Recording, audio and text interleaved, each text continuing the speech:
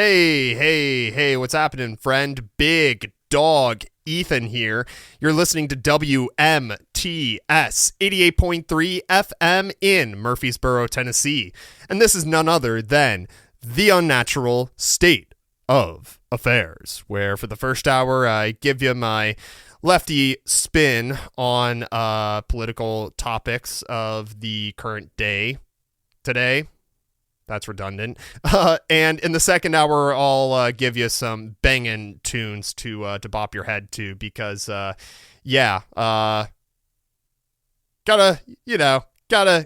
forget about the depressing times that we're living in right now. And what better way to do that than listening to some awesome punk rock and rap tunes? Sometimes rap, mostly punk rock.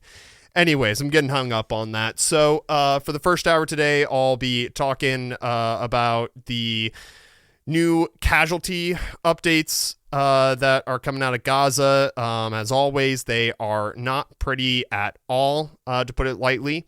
I'm also talking about the implications of the Israeli strike on an Iranian embassy in Syria. And then after that, I'll be talking about the status of the Uncommitted movement, and I'll close that first segment out with developments on the Vanderbilt administration regime's suppression of speech and press freedoms. Then for a second segment, I'm just going to read you a paper. That may sound lame initially, but it's a good paper. It actually has a lot to do with that pretty massive segment that I did for you last week on the role of objectivity in news media. This paper that I wrote for my history of theory and rhetoric class, it's called The Relevance of Manufacturing Consent in the Digital Era. So that's what I got lined up for you today in terms of political commentary stuff. So yeah, let's get into it. So, yeah, as always, whenever I start out these segments on the updates of the plausible genocide that's going on in Gaza, I try to start them out with the new stats that come out from the Euromed Human Rights Monitor. They just dropped some new statistics on Tuesday, and they are not pretty, as always. So we've got 41,496 total deaths, and 37,676 of them were civilians. If you do the math, that is a 90.8% civilian death rate. For comparison, and this is something that I always say for any new listeners, 70.1% civilian death rate resulted from the Iraq War at most. That's according to the Iraq Body Count Project. And according to Brown University's Cost of War Project, a 28.8% civilian death rate resulted from the Afghanistan War. And again, if you just do the math on those, you'll find that that's civilian death rate for those wars. So, Israel is killing a lot of civilians. They're killing a lot of civilians, which is kind of interesting because their whole stated point, at least, in conducting this quote-unquote war is to take out Hamas, to bring Hamas to justice. But it seems that the majority of people who are getting killed are civilians. If you think this isn't at least a plausible genocide, I got 10 bridges to sell you. And that plausible genocide term, that's not from me, that's from the International Court of Justice. And even if you still want to refute the overwhelming evidence of a plausible genocide, for one, again, the International Court of Justice would disagree with you. But two, you'd be insane to deny that Israel is conducting this war in a wildly reckless manner. Now, I noted this in my first couple of broadcasts last semester, but the broader dangerous consequences of the violence in Gaza cannot be overstated. Hamas and other Islamic factions surrounding Israel are funded by Iran. I've said in previous broadcasts that such violence in Gaza increases the chances of severe escalation with other nations. We've already had Israel attack Hezbollah in Lebanon. That's according to a February 26th Reuters article. And the U.S. has also launched numerous attacks against, quote-unquote, Iran-linked targets in Iraq and Syria. That's according to a February 2nd Al Jazeera article. And now, just recently, it seems Israel decided to launch a missile strike against an Iranian embassy in Turkey, killing 2 generals and five military advisors, according to a Reuters article published Wednesday. This same article says that Iranian Supreme Leader Ayatollah Ali Khamenei, hope I pronounced that right, yeah, he ain't happy, to say the least. Quote, "The Zionist regime will be punished by the hands of our brave men. We will make it regret this crime and others it has committed." Unquote. We are rolling the dice with getting wrapped up in a war, only because we've got a withering Zionist corpse in the White House and a bunch of war profiteers who want to make even more money by selling weapons to Israel, who, by the way, just got another shipment of weapons worth billions of dollars from good old Genocide Joe. That's according to a March 29th Guardian article. But hey, at least Biden called for an immediate ceasefire over the phone with Benjamin Netanyahu yesterday. Like, y'all, he's doing it. He's doing it. He's continuing to virtue signal. Jesus Christ. Like, y'all, it's infuriating. It is so infuriating to see that Biden's campaign thinks the progressive wing of his base is this fucking stupid. We arm Israel. We fund Israel. Biden today could force a ceasefire by telling Netanyahu that unless Israel stops blowing up civilians and starving all of Gaza, Israel ain't getting any more weapons or any more money from us. Okay, jump cut there. I'm starting to get sweaty, hot with rage, so had to take off my jacket. But anyways, yeah, Biden could get Israel today to stop committing all these war crimes, and yet he's not doing that. And what's so infuriating about that is that there are multiple examples of U.S. presidents using this kind of leverage, conditioning aid, to reel Israel in whenever they're getting a little bit out of hand with, you know, their violations of international law. This is from a May 24th, 2021 Responsible Statecraft article. Quote, "In addition to not vetoing UN resolutions, Reagan took several actions that many in Israel and the United States perceived as anti-Israel. For example, on June 7th, 1981, less than 6 months after Reagan took office, Israel launched a surprise bombing raid on the Iraqi nuclear reactor at Osirak, hope I'm pronouncing that right, and, in so doing, violated the airspace of Saudi Arabia and Jordan. Reagan not only supported UNSC Resolution 487, which condemned the attack, but he also criticized the raid publicly and suspended the delivery of advanced F-16 fighter jets to Israel. Moreover, over the strident objections of Israel and the pro-Israel U.S. lobby groups, Reagan approved the sale of advanced reconnaissance aircraft, AWACS, to Saudi Arabia, which Israel then viewed as a hostile state. A year later, in August 1982, when Israeli forces advanced beyond southern Lebanon and began shelling the Palestinian Liberation Organization, PLO, in Beirut, Reagan responded with an angry call to Israeli Prime Minister Menachem Begin, demanding a halt to the operation. In addition, during the Israeli invasion of Lebanon, Reagan intervened directly when Israel threatened to blow up the Commodore Hotel in downtown Beirut, which housed more than 100 Western reporters. As David Ottaway, who was then the Washington Post Middle East correspondent and was in the building, pointed out, the Israeli defense minister did not like the media coverage the invasion was getting and wanted to close down the media center, unquote. And furthermore, according to a 2018 HuffPost article, even George H.W. Bush conditioned aid to Israel. Quote, Bush decided that Arab-Israeli peace was next on his list of international accomplishments. To that end, his famously assertive Secretary of State Jim Baker laid the groundwork of what would become a multilateral peace conference in Madrid, Spain, in October 1991. Israel and a host of Arab governments sat down, under American supervision, to discuss their thorniest differences, chief among them the status of the Palestinian people.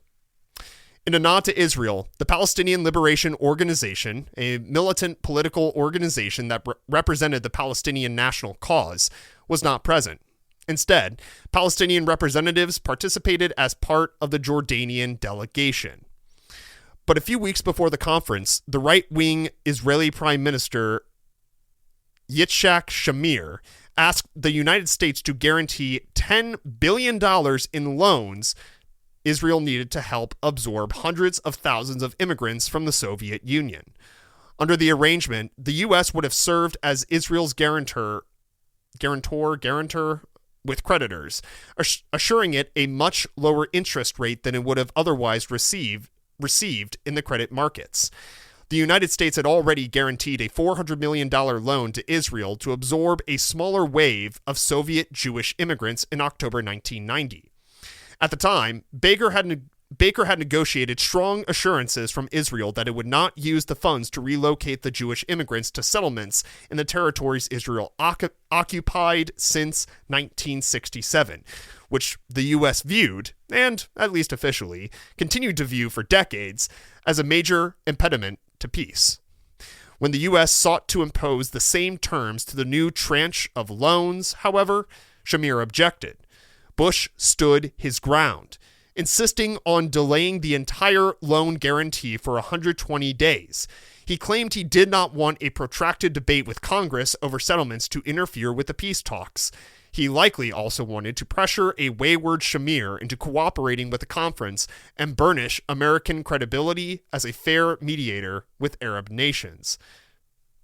Side note, his son totally destroyed that. His son totally took those dreams, smashed them into like tiny little pieces, and then burned all those tiny little pieces with a massive flamethrower. I digress, though. Quote, unmoved, Bush vowed to veto legislation that authorized the aid before the 120-day delay had expired. He took his case to the media, speaking at length about his stance in a press conference on September 12, 1991. He famously portrayed himself as an underdog against the might of AIPAC and other pro-Israel groups, which had recently organized a massive lobbying day on Capitol Hill. Quote, I heard today there was something like 1,000 lobbyists on the Hill working on the other side of the question. We've got one lonely little guy down here doing it, he said, eliciting laughs from the White House press corps. I don't know if that was more of a Carter impression or a George H.W. Bush impression. Obviously, I was going for the latter, but, you can let me know how you think about that impression in the comments if you're watching this on the Kennel. Quote, shortly thereafter, Bush prevailed in his game of chicken with Shamir and AIPAC. A rare occurrence these days, now that there's a lot less limitations on how much money super PACs like AIPAC's PAC can spend.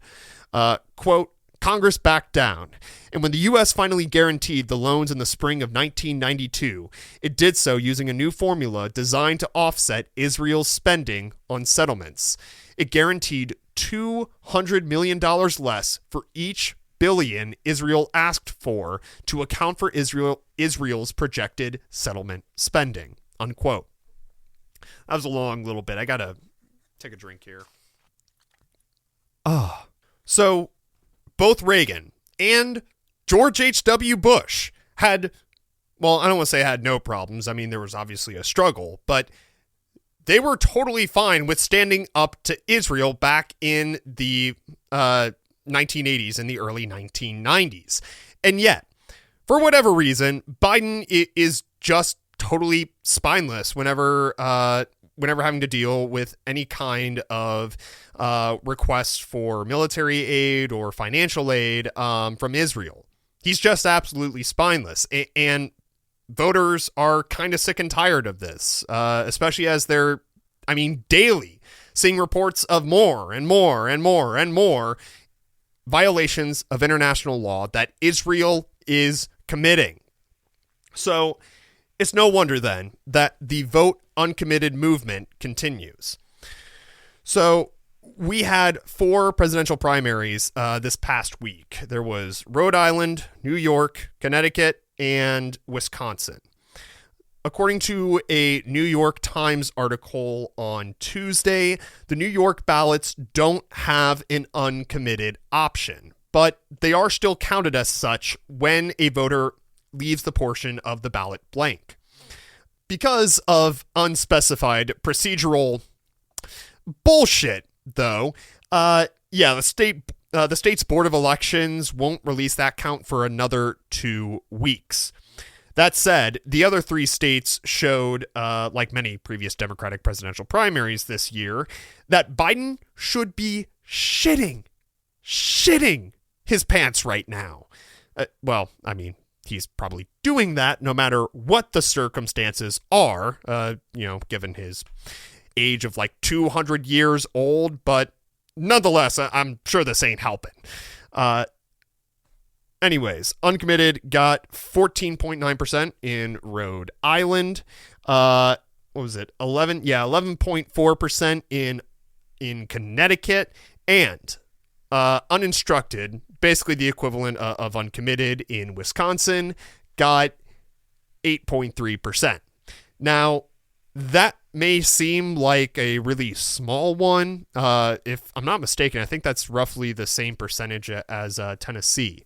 But that's actually the biggest deal out of all of these. Biden only won the swing state of Wisconsin by 0.7% in 2020. He won Wisconsin by only 0.7% in 2020. And we've got 8.3% of Wisconsin voters who are saying, bro, I ain't gonna vote for ya as long as you keep aiding a plausible genocide. He could easily get fucked over. Not only that, he is fucked in every other swing state. This comes from Reuters on Wednesday. Quote, Trump garnered a lead of between 2 and 8 percentage points among voters in Pennsylvania, Michigan, Arizona, Georgia, Nevada, and North Carolina on a ballot that included third-party and independent candidates, the Wall Street Journal said. The results were similar in a one-on-one matchup with Biden, it said, unquote. Now, you didn't miss a word I said there. This poll, at least, actually suggests that Biden is up 3 points in Wisconsin. It says in like the next paragraph there. But my argument still stands, though. He is only 3 points ahead in a state that he barely won last election. And he is down between 2 to 8 points in every other swing state. Could it be that his opponent, a pompous billionaire with 91 criminal charges, whose biggest accomplishment was a tax cut that gave 83% of its benefits to the top 1% of income earners by 2027? Could it be that his opponent is just a better candidate? Or could it be that Biden's base is incredibly hesitant to vote for him because of his unwillingness to condition aid to Israel as it engages in war crimes on a daily basis? I don't know about you, but an overwhelming dissatisfaction with the progressive faction of his voting base seems to be a hell of a lot more likely cause for his weak polling numbers right now. Of course, this righteous anger over the United States' complicity in Israel's atrocities isn't only manifesting in the polls. It's motivating unrest on college campuses, even here in Middle Tennessee. Last week, I briefly spoke on the show about the Vanderbilt University administration's suppression of its students' rights to free speech and self-governance, as well as its intimidation of the press. For those who don't know, the Vanderbilt student government was set to vote on a referendum that would make itself abide by the boycott, divestment, and sanctions movement, until the university administration essentially said, "Fuck you, we ain't doing that," falsely claiming that the student government is liable under the state's anti-BDS law. The law prohibits public entities from entering, quote, into a contract, into a contract with the company to acquire or dispose of services, supplies, information technology, or construction unless the contract includes a written certification that the company is not currently engaged in and will not, for the duration of the contract, engage in a boycott of Israel. It stipulates that, quote, "This section does not apply to a contract with a total potential value of less than $250,000 or to contractors with less than 10 employees," unquote. Vanderbilt student government has no such contracts with the state.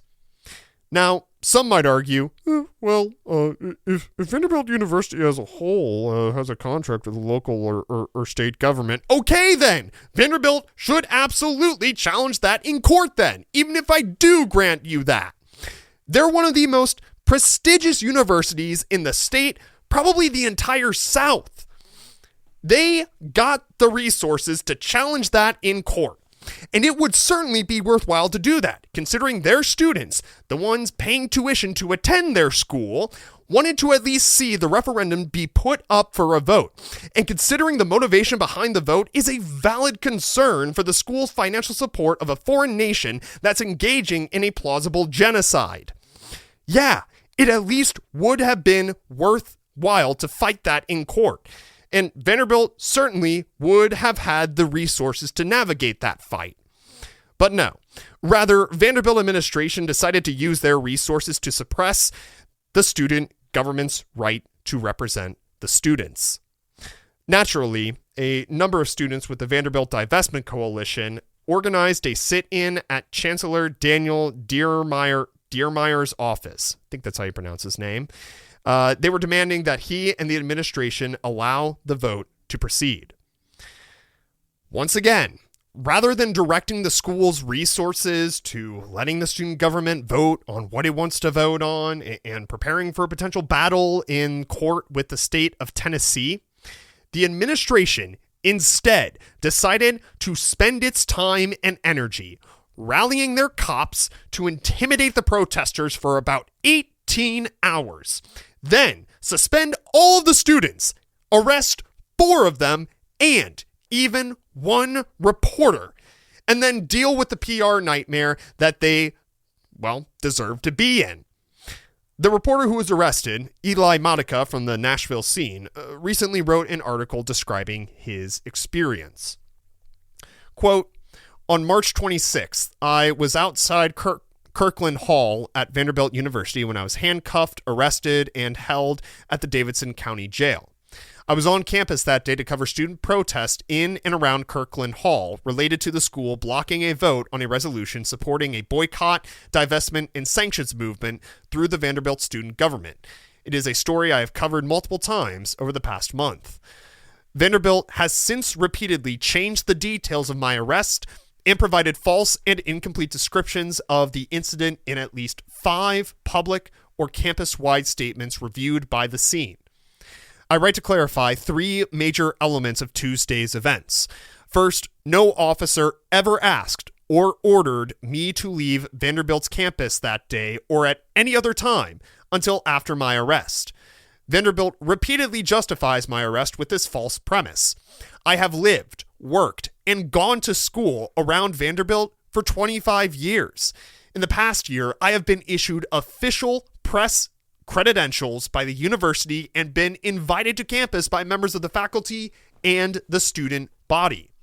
The first time I heard anything about trespassing was while I was being handcuffed. Second, I behaved professionally and courteously before, during, and after my arrest. University implications that I ignored officers' warnings or attempted to break into Kirkland Hall particularly offend me and impeach my credibility as a journalist. Third, Vanderbilt did not drop or otherwise admit fault for my criminal trespass charge, a charge that was ultimately not prosecuted. Nor has the university apologized. Instead, the school has issued a series of statements in which their depiction of my arrest has changed several times. This includes incorrectly substituting the word detained for arrested in multiple instances, unquote. Now, given there are technically two conflicting views here that need to be hashed out in court, I can't say for a matter of fact what happened. What I can say, though, is that I will always give the benefit of the doubt to the powerless. In this case, that would be the reporter, Mr. Monica, a single journalist working for an alternative news organization, holding a powerful academic institution's feet to the flames. So, if I had to bet, yeah, I don't think Vanderbilt is being honest at all, about how they treated this reporter, especially given their tendency in this situation to oppress their students' rights rather than grow a spine and stand up for them. But frankly, with Dearmeer as the school's chancellor, it's unsurprising why the school administration is acting this way. This is from an April 1st article from Mr. Monica at the Scene. Quote, seen as the architect of the university's ongoing response to protesters, Dearmeer faces the brunt of criticism from the university's various stakeholders. The ongoing fiasco puts the German-born academic in the driver's seat of an actual reputational crisis. The specific niche Dearmeer has spent decades studying as a business professor. He specifically addresses corporate responses to activist pressure and public relations scandals in academic articles and books, like 2011's Reputation Rules, Strategies for Building Your Company's Most Valuable Asset, unquote. The guy's expertise is crushing political activism for the sake of one's company. It's no wonder then why we're seeing the Vanderbilt University administration respond to these protests in this manner. He's a spin doctor who specializes in the area of warping the public perception of protest. Really, one would be pretty correct in wondering, how come the Biden administration hasn't shelled out a bunch of cash to hire this guy as their new press secretary? I mean, certainly this Chancellor Dearmeer would do a much better job than Karine Jean-Pierre is doing right now. And if not that, how come this guy hasn't been brought onto the 2024 Biden campaign as their new campaign's communications director? Given Biden's undying love for Israel, it seems like a move that he would want to make right now. And he would have the money to do it too. Open Secrets reports that Biden took a total of $1,508,147 from pro-Israel lobbying groups in this election. I am sure that money alone would be enough to cover the salary of bringing on Dearmeer as a new campaign communications director. And if that doesn't convince you, the total amount of money that Biden's campaign has collected so far, $188 million, $188,767,865. Yeah, Biden absolutely has the money to bring this guy on onto his either his campaign or into his or into his cabinet as his press secretary, and given his endless support for Israel, despite its consistent violation of international law, it's surprising he hasn't brought on a master of spin doctoring, like this Diermeyer guy. Then again, when one considers his current electoral prospects, and when one considers his fascist opponent in the general election, one would be more correct to wonder why he doesn't simply give the pro-Israel lobby the middle finger and start conditioning aid to Israel. If anything, for the sake of democracy.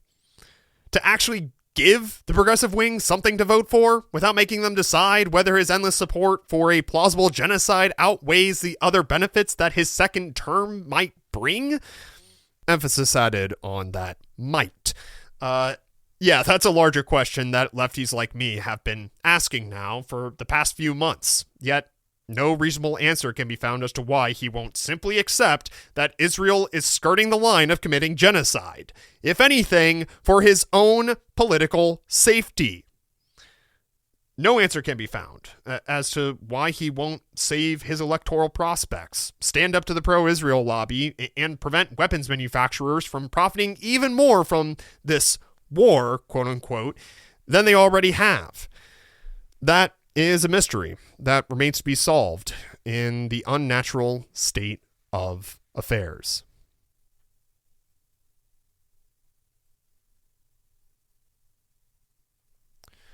So last week, I did a segment questioning the role of objectivity in news media.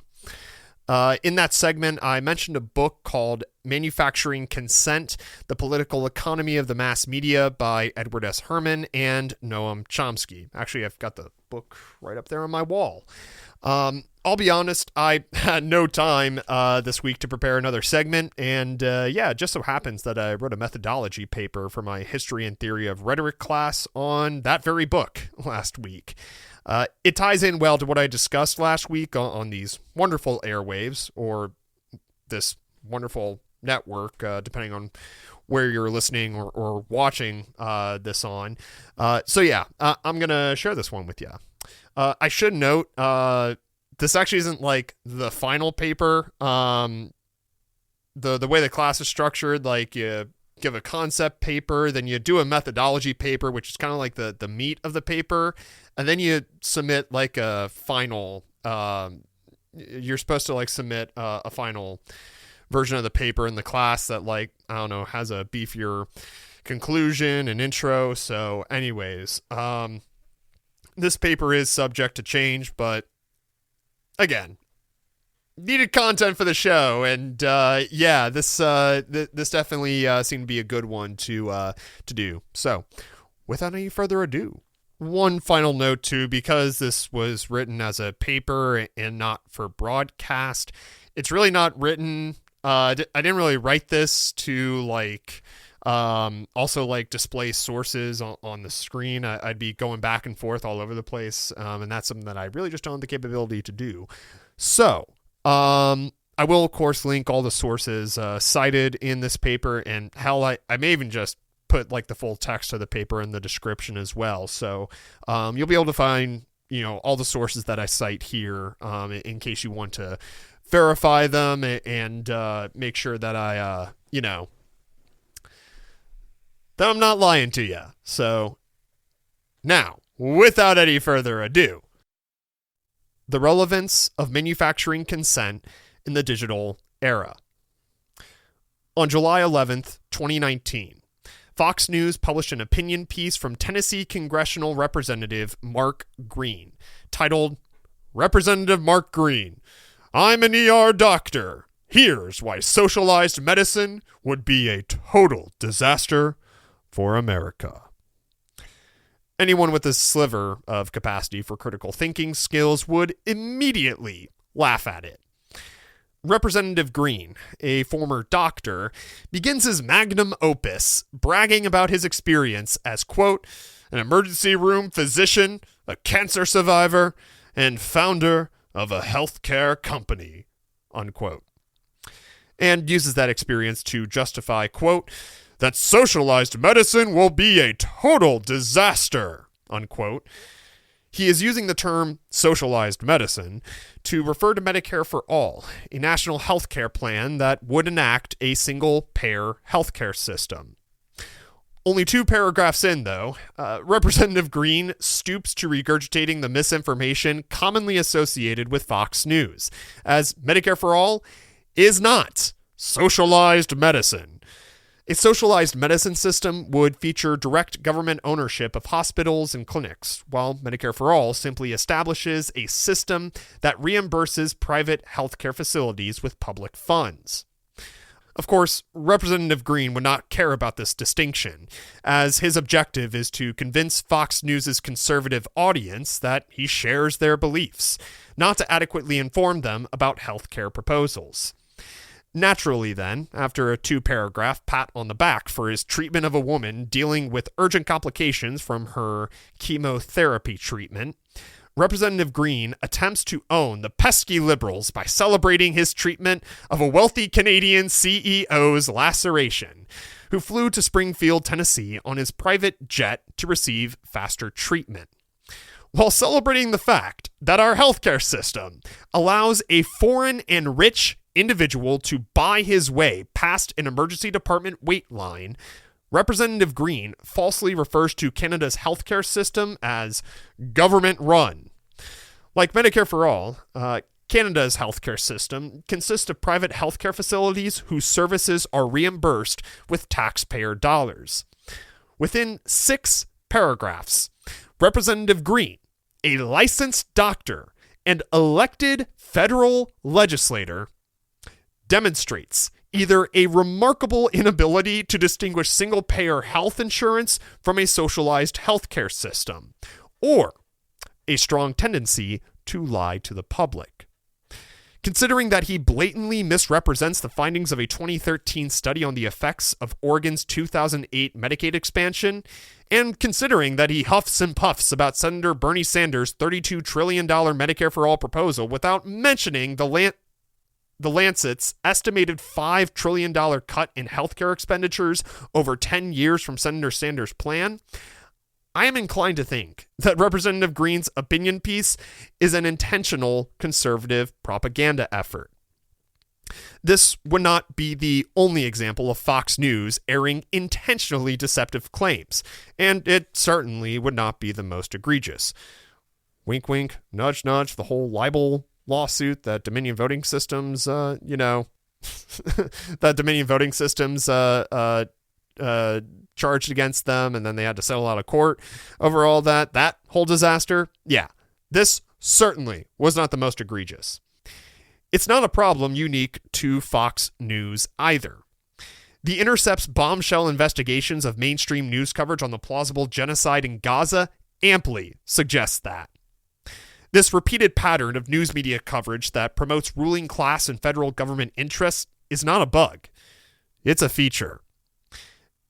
Edward S. Herman and Noam Chomsky aptly demonstrate that in their landmark book, Manufacturing Consent, The Political Economy of the Mass Media, which proposes a propaganda model and applies it to 5 case studies on mainstream news media coverage of international events, finding that in the aggregate, established U.S. news media outlets overwhelmingly distort coverage to favor wealthy and powerful institutions.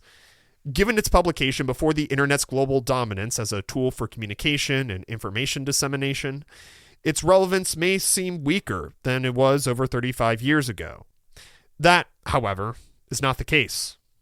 It may need some recontextualization for the digital era, but its relevance remains, continuing to ask its readers how the public can appropriately inform itself and organize to reform oppressive social systems when the main sources of information about their government's activities consistently distort reality.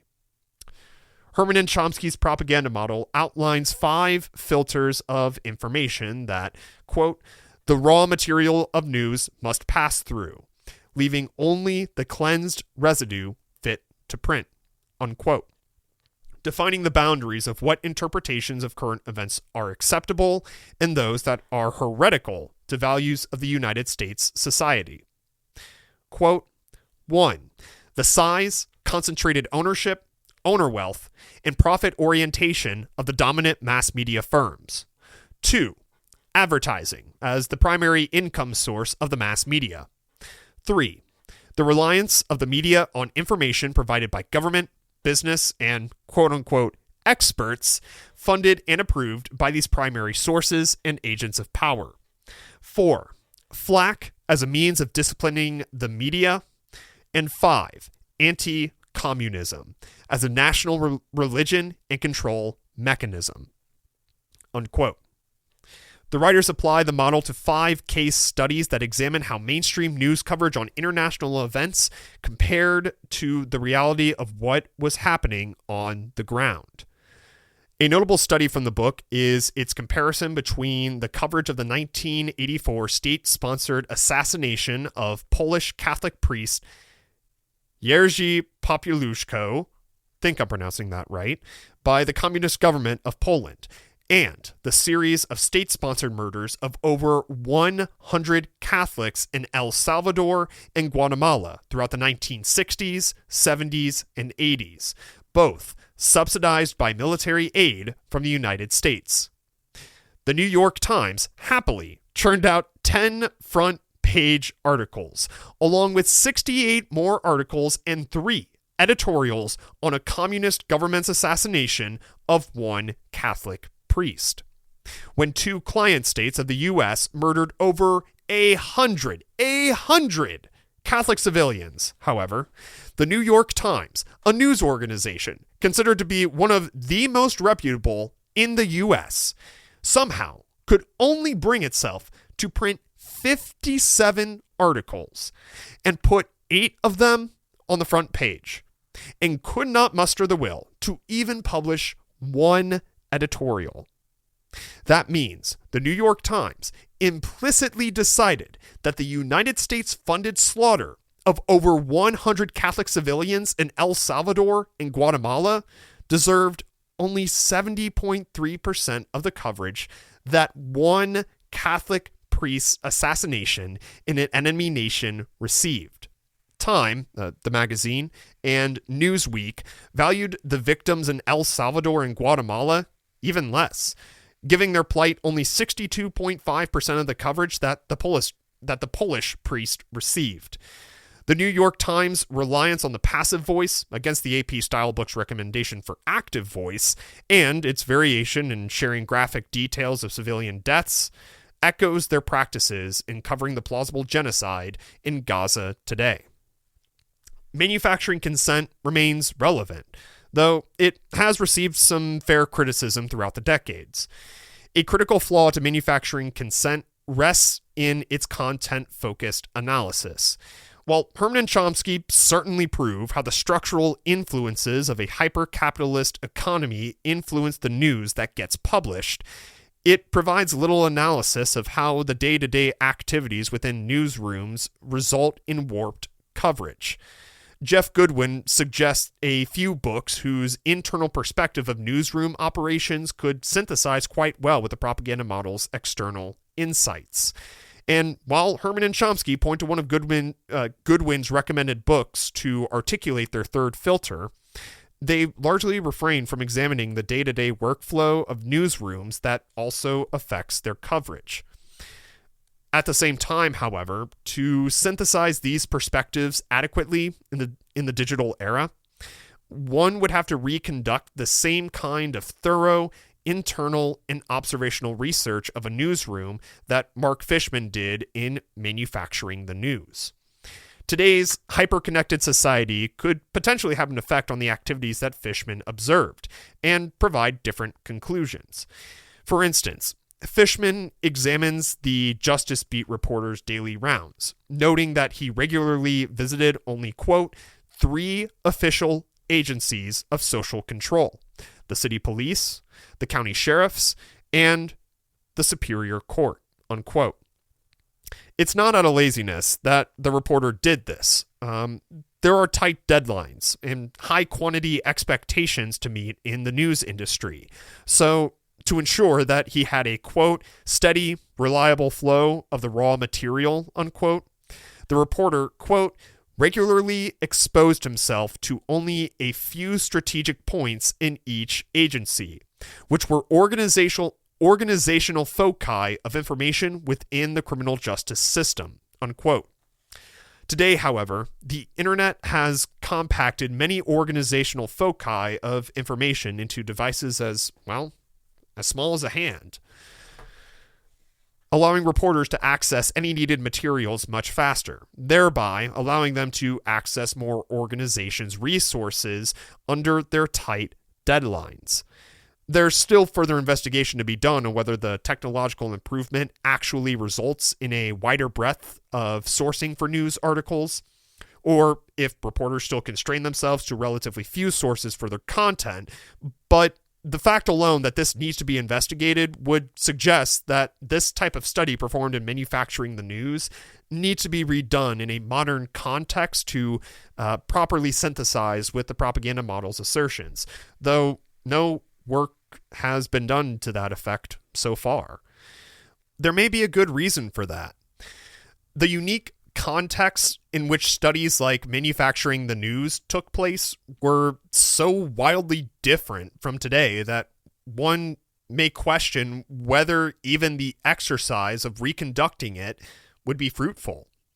When today's hyper-online society overloads not only reporters, but every online user with information. When such chaos abounds, can the reporter beat structure examined in Fishman's study even retain the orderly and easily documented nature that it once had? Cornelius and Weisbord share this doubt about sociological approaches like manufacturing consent and manufacturing the news to analyzing news media in the digital era. Though this doubt does not persuade them to toss the core concepts of these class-based perspectives on news media bias in the trash bin of irrelevancy. Quote, those concerns should not just be another area of specialization. Rather, they need to be a gravitational center in journalism studies, unquote. The propaganda model of manufacturing consent demonstrates why this lens of news media analysis should be that gravitational center of journalism studies. While news outlets arguably no longer hold the, quote, quasi-monopolistic position in terms of news attention and influence, unquote, that they once did, the propaganda model still holds relevance in its ability to analyze prominent news outlets' coverage on critical issues. When Fox News has a massive profit to make, pharmaceutical ads to sell, either boneheaded or manipulative government officials to please with unfettered access to their platform, virtually no need to worry about flack due to their dominance in the cable TV news industry and their practically brainwashed audience, unless a certain voting machine company has legal grounds to sue for libel, and a hollow anti-communist agenda to disseminate that reinforces their credibility to their devout consumers, the propaganda model provides a digestible answer as to why soulless elected officials like Representative Mark Green can spew their misinformation to millions of readers. That said, if academics want to solve the recurring problem of articles like Green's, rather than simply bemoan them when this problem inevitably repeats, they need to answer complicated questions in just as easily digestible manners. How do the internal activities of news organizations in the digital age also lead to the production of content that serve powerful interests? What can be done to limit the production of this kind of media? And how should the people mobilize to solve this pervasive problem? Hey friend, that's all I've got for today, but thank you so much for watching or listening to this episode of The Unnatural State of Affairs. The Unnatural State of Affairs broadcasts on WMTS 88.3 FM in Murfreesboro, Tennessee from 4 to 6 p.m. on Fridays. The broadcasted version is censored, but I do also have a full DJ hour in the broadcasted version. I mostly play punk rock music and some rap music as well. And if you can't tune in at that time, though, you can also find the uncensored versions of all my talk show segments that day on my Substack, The Kennel, and you can also find audio-only versions on Spotify. If you liked what I had to say, hit that like button. If you have any thoughts that you want to share, hit me up in the comments section down below. And if you want to be notified of the next upload that I make, hit that subscribe button. You'll get an email in your inbox the next time I make an upload, and you'll also get a notification through the Substack app if you have that on your device. Thank you so much, and I hope you have a good one.